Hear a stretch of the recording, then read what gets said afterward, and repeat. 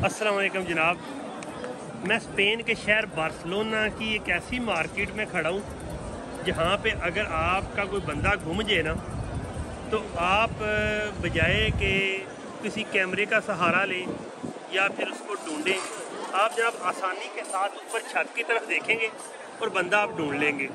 ये देखें कि सारी की सारी मार्केट आपको कैमरे में नज़र आएगी।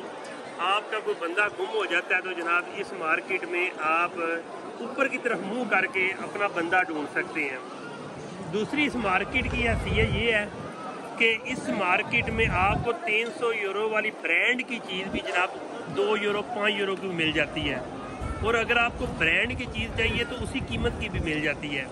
दुनिया की हर किस्म की चीज़ इधर अवेलेबल है।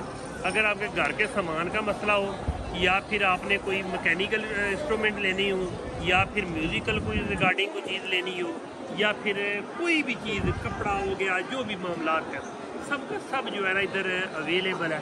और इसके अलावा ये मार्केट है अगर घूमनी शुरू की जाए ना तो मेरे ख्याल में कम से कम 4-5 घंटे लग जाते हैं। आपको ब्रैक नज़र आ रही है, लेकिन जिस तरह चलते जाएंगे आगे बढ़ती जाएगी।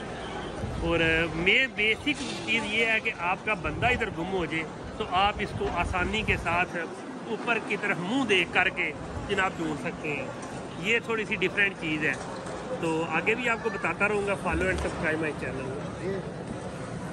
देखिए